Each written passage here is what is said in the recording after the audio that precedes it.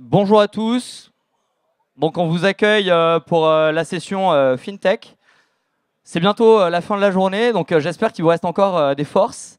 On va pouvoir échanger aujourd'hui autour de la data, du machine learning, des cryptos et d'une industrie qui est régulée. Donc, pour me présenter, je suis Morgane Régnier, je m'occupe des FinTech chez AWS en France. Donc, j'accompagne avec Pauline toutes les FinTech françaises sur AWS.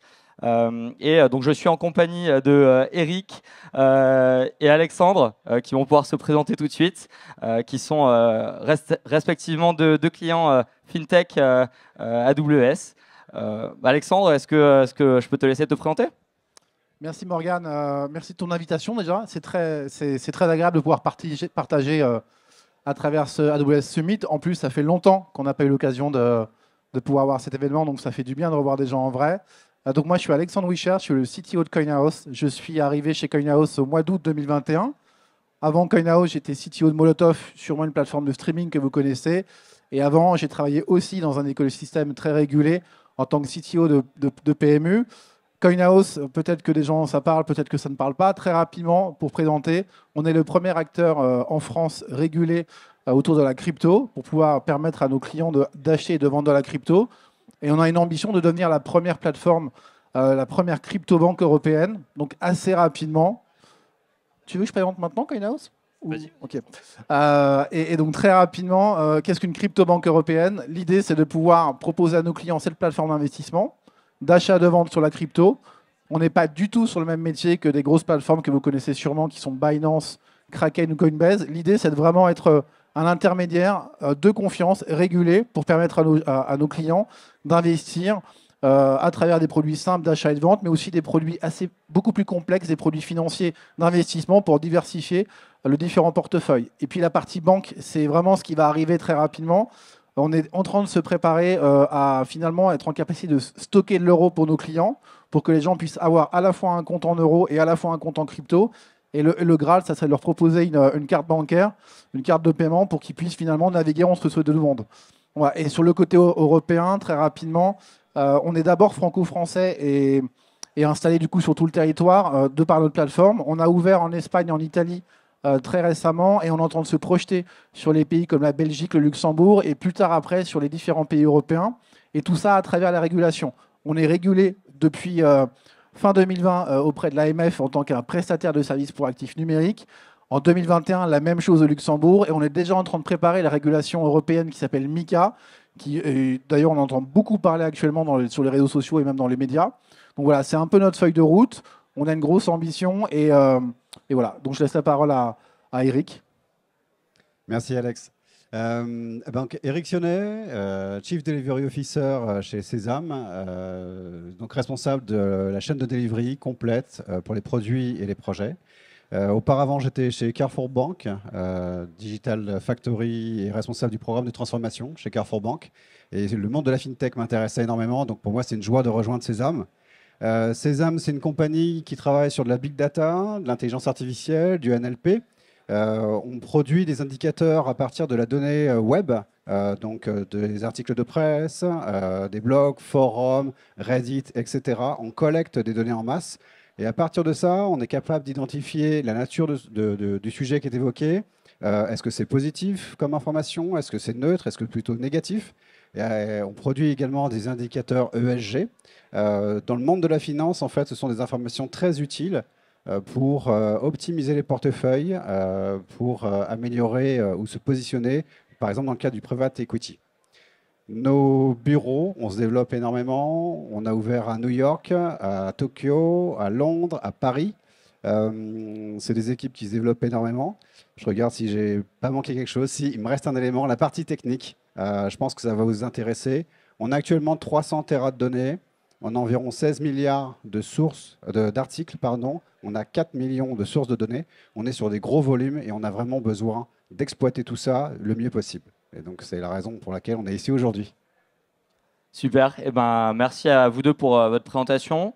Est-ce que vous pouvez vous avez déjà donné quelques éléments, mais est-ce que vous pouvez nous donner quelques éléments supplémentaires sur votre niveau de maturité, là où vous en êtes, dans quelle phase d'accélération et quels sont vos enjeux principaux. On a un peu parlé de recrutement tout à l'heure, de régulation, il y a plein de sujets, mais quelles sont vos priorités de cette année 2022 pour vous deux, qui êtes quand même dans la même grande industrie, mais avec des clients qui sont bien différents?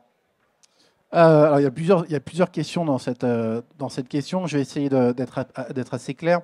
La première, nos grands enjeux et où est-ce qu'on se positionne aujourd'hui. On vient de sortir et on vient de finir une levée de fonds en série B, donc ce qui nous permet d'avoir toutes les capacités de croître, et on est vraiment en pleine croissance.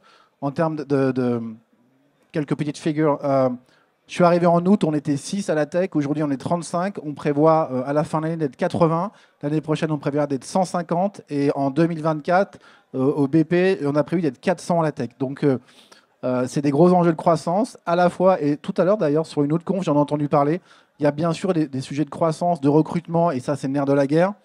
Et puis il y a aussi des sujets de croissance technique, et justement AWS nous aide dans cette partie-là, parce que comment on fait pour croître? Il y a le sujet de la CI/CD, il y a le sujet aussi des différents environnements à la volée qu'on a besoin d'adresser. Enfin, voilà, il y a plein de sujets qui sont derrière finalement ces gros enjeux de croissance, au-delà de notre business pur. Et puis la deuxième partie de la question, c'était quels sont nos enjeux sur CoinHouse en termes de croissance. J'en ai parlé un petit peu. On veut devenir la première crypto-banque. Et le mot banque est assez important, parce que on est déjà régulé, mais on va rentrer dans un nouveau monde où finalement on va avoir des interlocuteurs directs qui vont être l'ACPR pour les citer, qui sont des gens formidables, mais qui ont des process et des workflow de contrôle assez impactants. Donc on se positionne déjà dans ce mode-là. Et de toute façon, nous, on avait ça dans notre ADN en termes de régulation. Donc il y a ces sujets-là. Et puis le monde de la crypto, plus généralement, et plus précisément, pardon, est quand même un monde qui évolue très très vite, avec des acteurs qui vont éclore à peu près tous les jours, mais sur lequel finalement le tri va être assez vite fait. Donc comment nous, on garde toujours une longueur d'avance à travers notre offre pour nos clients, et puis aussi à notre manière de recruter bien sûr les meilleurs talents, et puis de mettre à disposition le meilleur produit. Parce qu'on considère que notre produit, il est à la fois sur notre capacité de proposer des produits d'investissement, mais aussi notre capacité de proposer un produit fonctionnel qui répond, voilà, il y a le côté un peu affectif qu'il faut avoir en tant que client avec un acteur. Et donc nous, c'est ce qu'on essaye de mettre en place. Et je vous avoue que ce n'est pas forcément toujours très facile de parler crypto, parler régulation à travers à travers un produit. Donc voilà, c'est les grands enjeux qu'on a adressés.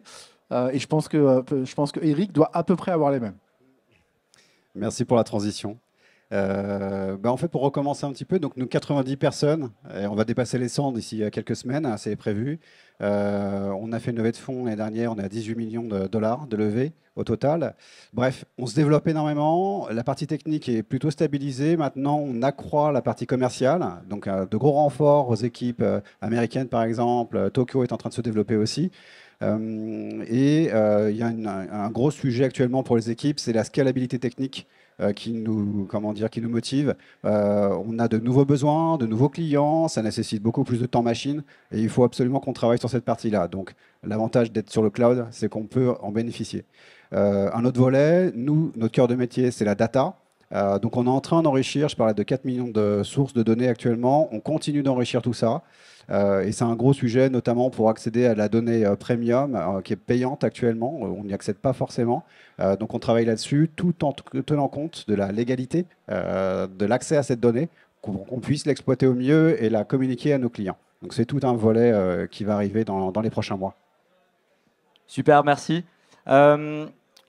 Vous qui travaillez effectivement dans cet écosystème depuis plus ou moins longtemps d'ailleurs, mais des écosystèmes qui sont en pleine accélération, notamment sur la partie crypto. Effectivement, de ton côté, Eric, vous avez une grosse partie, je crois, de votre business qui se fait aux US, une partie en Asie.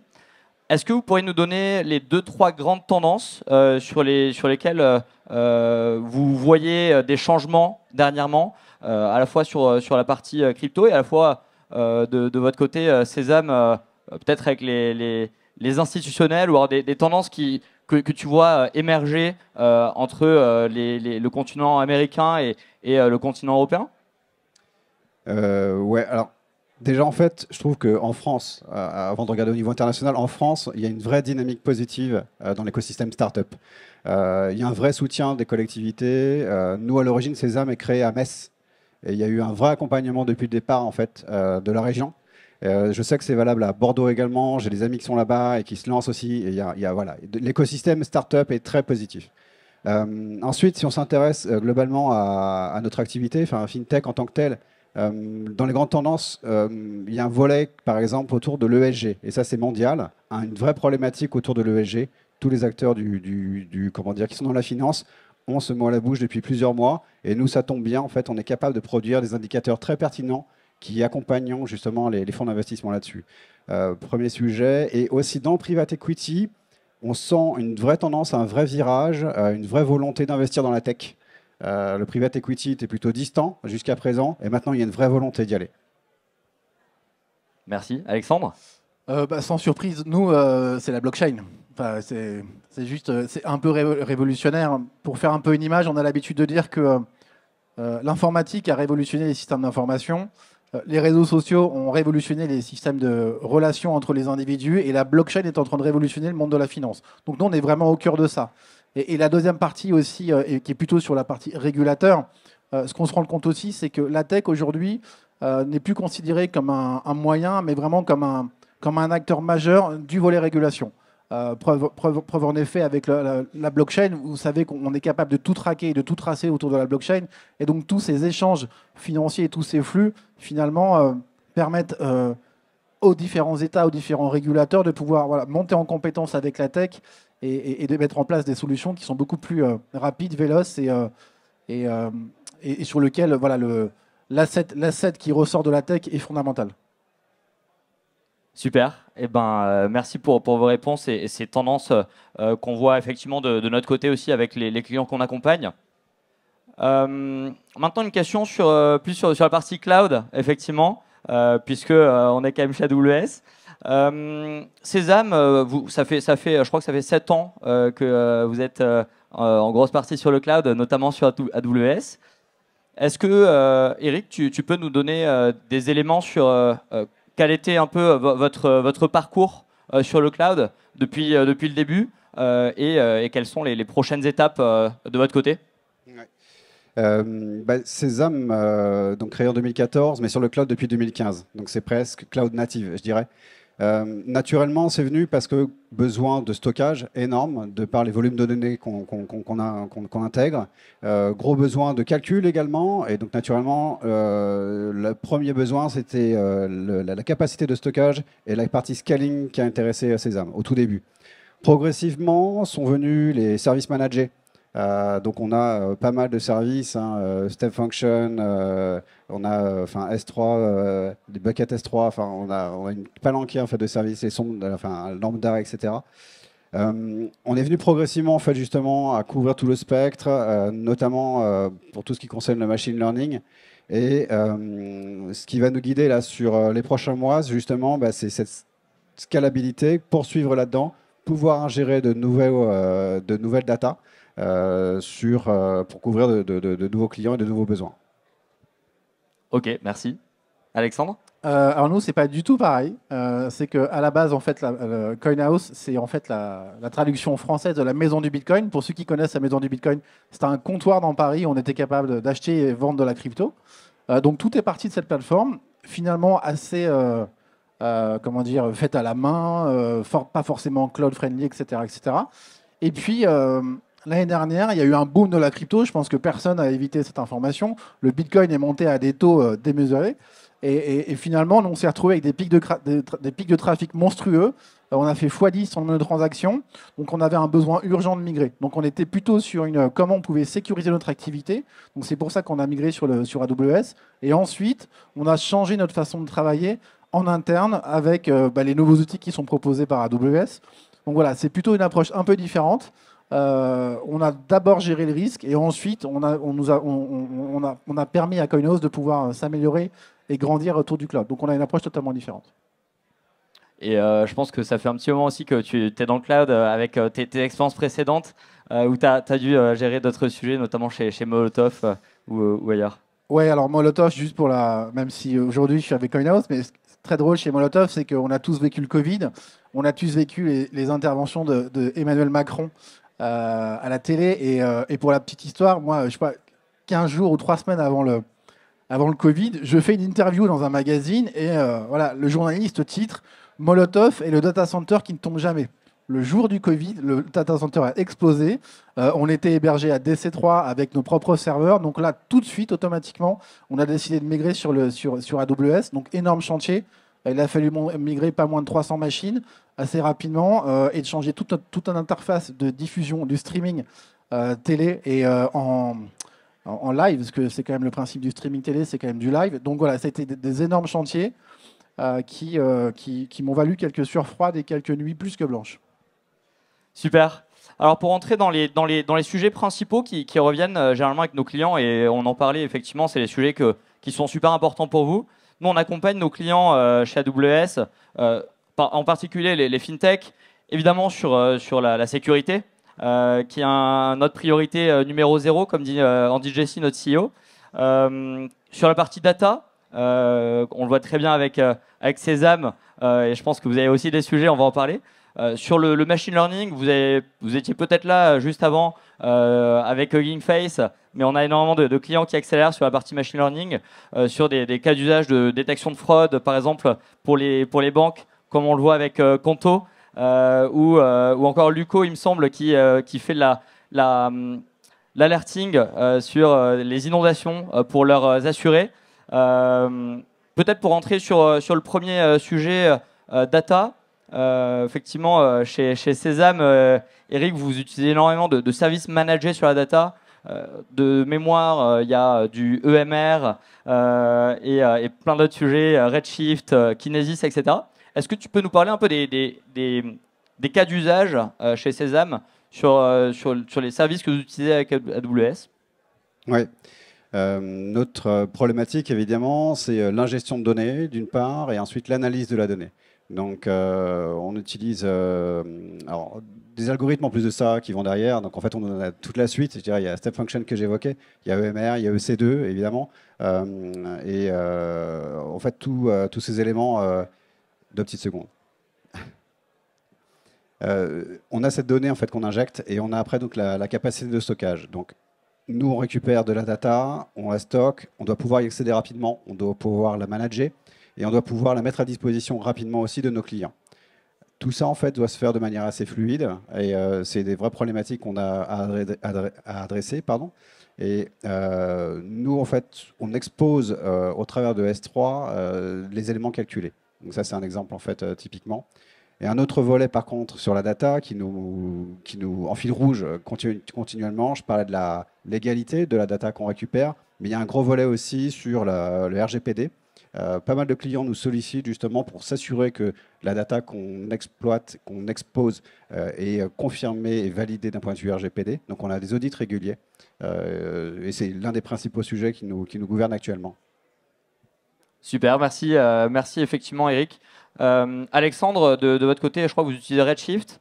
Il y a probablement d'autres sujets. Quels sont les cas d'usage chez CoinHouse actuels ou à venir, effectivement, sur lesquels vous travaillez?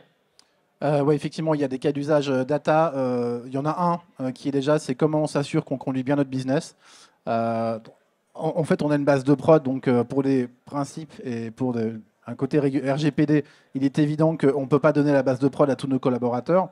Néanmoins, il y a vraiment des gens en interne qui ont besoin de cette data, que ce soit la côté business analysis ou alors le côté sales, qui doivent avoir cette vision de la data pour pouvoir donner les meilleurs conseils à leurs clients et de suivre aussi l'activité de leurs clients. Moi, j'ai vraiment envie, parce que je suis CTO, mais je suis aussi CISO, donc du coup, sans forcément être RGPD compliance, mais je suis en charge de cette sécurité. Et donc, du coup, moi, mon intérêt, c'est comment je donne cette data à destination de tous mes utilisateurs internes. Donc, on a fait le choix, effectivement, comme tu disais, de Redshift pour pouvoir anonymiser en temps réel toute la base de prod. Comme ça, je suis capable de la donner à n'importe quel collaborateur en interne qui puisse faire le brancher avec le logiciel Tableau pour pouvoir avoir une vraie vision au business de notre activité et en même temps à nos équipes sales qui vont pouvoir voir l'activité du client et le conseiller de la meilleure des manières. Et puis, pour se projeter un peu plus loin, il y a le côté effectivement régulation, parce que c'est le sujet aussi de notre talk aujourd'hui. Nous, on a une obligation, donc on le fait déjà à travers S3, de stocker toutes les interactions sur la plateforme, que ce soit des logs très machines ou alors des logs de transactions blockchain, etc., pour pouvoir donner aux différents régulateurs. Je pense que vous connaissez tous TracFin. Typiquement, bah, nous, et en plus, on est un des premiers acteurs, on le fait de manière assez pugnace pour pouvoir envoyer un rapport TrackFin à la demande pour certains utilisateurs avec toutes les informations loguées, que ce soit des logs système, des logs crypto, des logs blockchain, mais aussi des logs data. Donc ça, c'est ce qu'on fait aujourd'hui. Et en termes de projection, tout à l'heure, je vous ai parlé de la partie banque. On a aussi une activité, on a déjà des paiements, et la majorité des paiements se font en CB sur la plateforme. Donc on peut avoir des patterns de fraude. Et donc là, je vais un peu enquiller sur la question d'après, je pense, qui est comment aussi on peut utiliser le machine learning. Aujourd'hui, nous, on est déjà en train de réfléchir à trouver les différentes patterns de fraude qu'on pourrait avoir sur la plateforme, les entraîner avec SageMaker ou d'autres systèmes pour pouvoir en temps réel réussir finalement à catégoriser l'utilisateur et savoir si on n'a pas un besoin de faire passer telle ou telle transaction côté conformité pour assurer le contrôle, parce que c'est vraiment notre volonté. En tant qu'acteur régulé, on a besoin d'avoir ce niveau de confiance pour nos clients, mais aussi pour les régulateurs. Ok, super. Et vous parlez effectivement de régulation. Vous avez tous les deux parlé d'RGPD, de sécurité. C'est le sujet d'après. La sécurité, souvent, notamment dans les fintech, c'est un peu un sujet équivalent, même si c'est différent dans les health tech. C'est votre premier sujet parce que c'est votre cœur business, comme nous. Il y a plein de clients chez AWS qui mettent à profit justement les services de sécurité pour être plus rapidement compliant, comme Conto, N26, Conto qui a son core banking sur AWS effectivement et qui utilise les services de monitoring pour obtenir leur agrément en tant que service de transaction en 6 mois au lieu de beaucoup plus longtemps. Moi je l'ai jamais fait, mais pour ceux qui ont déjà essayé de devenir une banque sur AWS. Côté sécurité, est-ce qu'il y a des choses effectivement que vous avez pu mettre en place qui vous sont utiles de votre côté? Oui, typiquement, nous, on utilise beaucoup le service WAF pour justement protéger notre infrastructure et protéger de deux manières. Bien sûr, contre les attaques, contre les bots, parce que forcément, on est une cible privilégiée dans le monde de la crypto, mais aussi pour un aspect réglementaire. On n'a pas le droit d'opérer dans tel ou tel pays. On n'a pas le droit d'opérer aux États-Unis, par exemple, parce qu'on a considéré que c'était, en tout cas, il n'y avait pas d'interaction avec les États-Unis et qu'il y a une réglementation assez particulière par rapport aux transactions. Donc le service WAF nous permet de savoir si le client passe par un VPN, est-ce qu'il est dans tel endroit, etc. etc. Donc c'est vraiment un service qu'on utilise beaucoup. Super. Merci Alexandre. Effectivement, Eric, de ton côté, est-ce qu'il y a des choses de votre côté que vous avez mis en place sur Sésame côté sécurité? C'est une approche beaucoup plus simple, je dirais presque pragmatique. En fait, c'est des bonnes règles de sécurité. Notre architecture a été conçue pour cloisonner en fait justement les différents applicatifs, les différentes couches techniques. On est parti de cette base-là. Et en s'appuyant en plus de ça sur les services managés d'AWS, pour nous, en fait, c'est un certain confort, mine de rien. On n'a pas à s'occuper de la sécurisation qui est en dessous. Voilà, dès lors que le protocole est engagé, en fait, on est sécurisé et ça nous simplifie grandement la vie. On parlait justement en préparant ce talk de la certification SOC 2 qu'AWS a effectivement côté sécurité cloud. Et c'est une certification qui effectivement vous permettra, quand vous voudrez passer la certification SOC 2, de déjà vous reposer sur les services managés d'AWS et sur cette certification pour vous simplifier la vie et obtenir la certification plus rapidement. C'est quelque chose qui est prévu dans la prochaine année qui vient. Super. Et côté ML, je pense qu'on a couvert le sujet énormément aujourd'hui et c'est vraiment un sujet ultra important chez tous nos clients startup. Ça dépend évidemment de la maturité. Côté CoinHouse, est-ce que tu veux nous dire un peu comment est organisée l'équipe côté ML et comment ils utilisent justement AWS pour avancer côté ML? Oui, alors au niveau de l'équipe, là je fais un gros appel, mais je crois que comme tous les professionnels ici, on recrute vraiment sur cette partie-là, à la fois sur la partie DevOps pure, mais aussi sur la partie ML. En fait, ce qu'on fait, c'est que j'en ai parlé un tout petit peu précédemment, c'est de créer des modèles de prédictibilité sur la partie fraude, aussi bien sur la partie transaction, mais aussi sur la partie parce qu'on a un devoir de know your customer, donc avec un YC. Donc quand les gens s'enregistrent sur la plateforme, on a vraiment besoin de savoir vraiment qui ils sont. Donc là-dessus, on récolte beaucoup de données. Ensuite, on les transmet en temps réel avec Kinesis, avec éventuellement des lambdas si besoin, pour pouvoir s'interfacer avec SageMaker qui lui va nous proposer des endpoints. Et ensuite, avec ces endpoints, on va pouvoir finalement avoir une vision en temps réel d'un go, no-go, ou en tout cas d'une mise en review du user. pour s'assurer que on a tout le tracking nécessaire pour nous, pour avoir une bonne conduite de l'activité. Et c'est d'autant plus vrai avec les réglementations qui va évoluer. On en a entendu parler il y a à peu près une quinzaine de jours, avec la volonté de l'Union européenne de vouloir absolument traquer toutes les interactions blockchain qu'il pouvait y avoir à destination ou par les prestataires de services comme nous. Donc on a vraiment besoin d'être beaucoup plus sécure sur cette partie-là. Et donc le machine learning est vraiment un outil essentiel pour nous. Ok. Et côté Sésame, vous utilisez SageMaker, si je ne me trompe pas. Oui, tout à fait. C'est l'une des briques essentielles de toutes les équipes. Il faut bien voir que nous, on organise. Alors, je vais être un peu moins technique qu'Alex pour le coup. Mais en fait, grosso modo, ce qu'il faut voir, c'est que l'ensemble des équipes s'appuient sur SageMaker pour travailler. On utilise PySpark également, basé sur OMR notamment. On utilise un peu Databricks aussi pour info. Ça, ce sont les couches principales, on va dire. Et on a l'ensemble des équipes qui travaillent sur ces éléments. Par contre, on a une équipe dédiée qui est travaillée à l'optimisation de nos algorithmes. Les algorithmes d'analyse justement de texte, détection en fait de sentiments, d'analyse de sentiments, ESG. Et en fait, on est une équipe dédiée justement qui contribue à améliorer les algorithmes existants, éventuellement teste les nouvelles technologies qui apparaissent. Tout à l'heure, on avait Hugging Face qui était là, et je crois que ça commence à être utilisé dans les équipes en prototype actuellement. Enfin, on est vraiment dans cette approche-là. On exploite au mieux tout ce qui existe, et on a dédié une équipe pour ça. Très bien. Le dernier pilier sur lequel s'appuie énormément de startups, effectivement, quand elles commencent à vraiment accélérer avec AWS, c'est la partie business et accélération business. Il faut savoir qu'AWS, on n'est pas juste un cloud provider, on travaille vraiment en collaboration stratégique avec nos clients. Et donc, on a l'habitude d'accompagner nos clients sur les aspects business, notamment à travers nos programmes de partenariat technologique. Vous avez peut-être rencontré effectivement plusieurs startups qui sont aujourd'hui des éditeurs de logiciels qui se déploient via soit la marketplace, soit en tant que partenaire technologique. Et il me semble que c'est une prochaine étape sur laquelle vous allez vouloir avancer. Il y a également une plateforme Data Exchange qui permet de vendre ou d'acheter des datasets, voire même des algos de ML directement sur AWS. Et donc ça va pouvoir faciliter la vie de vos équipes. Et puis de votre côté, effectivement, si vous avez de la data, vous allez également pouvoir l'échanger via nos plateformes. Alexandre, tu voulais nous partager ta vision du lock-in. Je pense que ça parle à tout le monde. C'est un terme qui est souvent utilisé à tort et à travers. Quelle est ta vision du lock-in des cloud providers et comment tu abordes le sujet dans tes équipes et auprès de vos clients?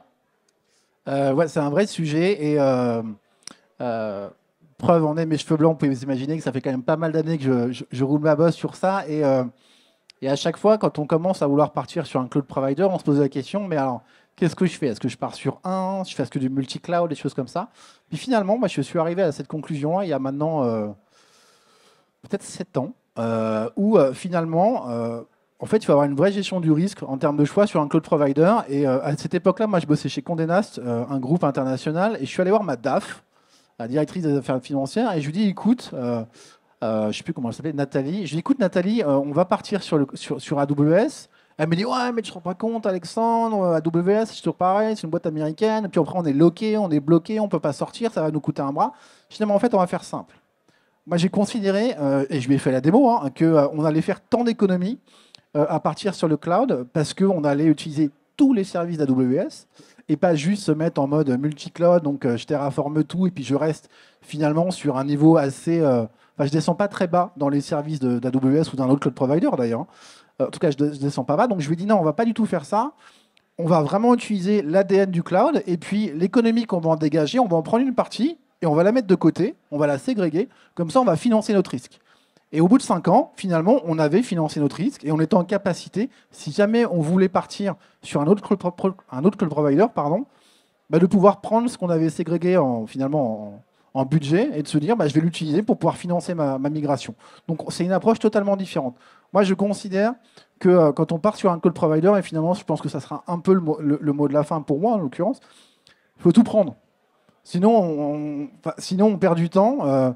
Nous, on a un prisme additionnel en interne au niveau de l'équipe technique. C'est, voilà, d'abord, est-ce qu'on peut faire quelque chose en serverless? Si on ne peut pas faire en serverless, alors on descend en Docker. Et si on ne peut pas en Docker, alors on descend en EC2. Voilà, c'est vraiment notre prisme de décision qui, voilà, ça peut. Il y a des gens sur lesquels on n'est pas forcément aligné. Et je crois que d'ailleurs que Eric a pas tout à fait la même façon de voir les choses. Mais voilà, en tout cas, nous, c'est un retour d'expérience que je voulais vous faire. Si vous voulez y aller, allez-y, que ça soit AWS ou un autre. Allez-y à fond, arrangez-vous avec votre DAF, puis ça se passera bien. Super. Et ben, effectivement, on voit beaucoup de startups qui prennent en maturité et plus avancent vers le cloud, plus elles veulent utiliser les services managés parce que ça leur fait gagner un temps fou et elles peuvent se concentrer sur leur core business à elles. On arrive à la fin de la session. Est-ce que vous pourriez donner effectivement à l'audience un dernier conseil que vous aimeriez partager? Eric? Bon, je pense que tout le monde qui est ici présent est intéressé par le domaine du cloud, mais ceux qui ne l'ont pas encore fait, migrer, c'est essentiel. Enfin, je veux dire, ça ouvre des perspectives qu'on ne soupçonne même pas. Première chose. Deuxième chose, s'il y a des gens qui sont intéressés par notre activité, n'hésitez pas, on a un stand qui est juste là, donc Sésame, sur le domaine du NLP notamment. Et enfin, on recrute, donc you are welcome, n'hésitez pas. Alexandre? Un dernier conseil, je dirais migrer, c'est bien. Et là, je suis complètement d'accord avec Eric. Il faut vraiment migrer. Il faut aussi penser à changer votre organisation au niveau des équipes. Il est fini le temps où on avait d'un côté les devs et d'un côté même les DevOps. Hein. C'est pas forcément une bonne idée d'avoir cette différenciation entre les équipes. Il y a des très bons articles, il y a beaucoup de littérature maintenant qui sont sur le web partout. Et AWS est vraiment un acteur sur cette partie-là. C'est ce qu'on appelle le CCOE. Et le CCOE, finalement, c'est les Cloud Center of Excellence. C'est comment, finalement, j'intègre la notion du cloud directement dans les équipes de dev. Pour que, finalement, là où avant, on avait des équipes qui développaient d'un côté et des équipes très opérationnelles qui s'occupaient de l'infogérance. Et moi, j'ai connu ça quand j'étais au PMU, donc je vous laisse imaginer ce que ça représente la DSI du PMU. Et c'est un vrai virage technologique et humain en termes de conduite du changement, donc ce n'est pas forcément facile à aborder. C'est mélanger ces équipes-là et pour que, finalement, demain, ça ne soit pas un ops d'infogérance qui fasse les 3-8 sur la partie cloud, mais que ça soit aussi le dev qui, lui, finalement, il va sûrement utiliser des services managés, donc il comprend comment ça fonctionne. Moi, mon métier chez Coinhouse, c'est pas de faire de l'infra. Hein. Mon métier, c'est de vendre de la crypto. Donc, je veux diminuer, je veux vraiment avoir le minimum de temps sur cette partie-là. Et il faut que les devs puissent être en capacité de prendre ça en main pour le développer, provisionner, infogérer, monitorer, et voilà, tout ça. Donc, il y a un vrai workflow à créer. C'est la partie la plus complexe. La partie technique, finalement, il y a plein de bouquins et tout, c'est facile. J'adore entendre ce genre de choses de la bouche d'un CTO. Avant de clôturer, on va se retrouver sur le côté avec les équipes InTech. Donc, si vous souhaitez échanger avec nous, évidemment, avec Sésame ou Coinhouse, n'hésitez pas à venir vous présenter ici.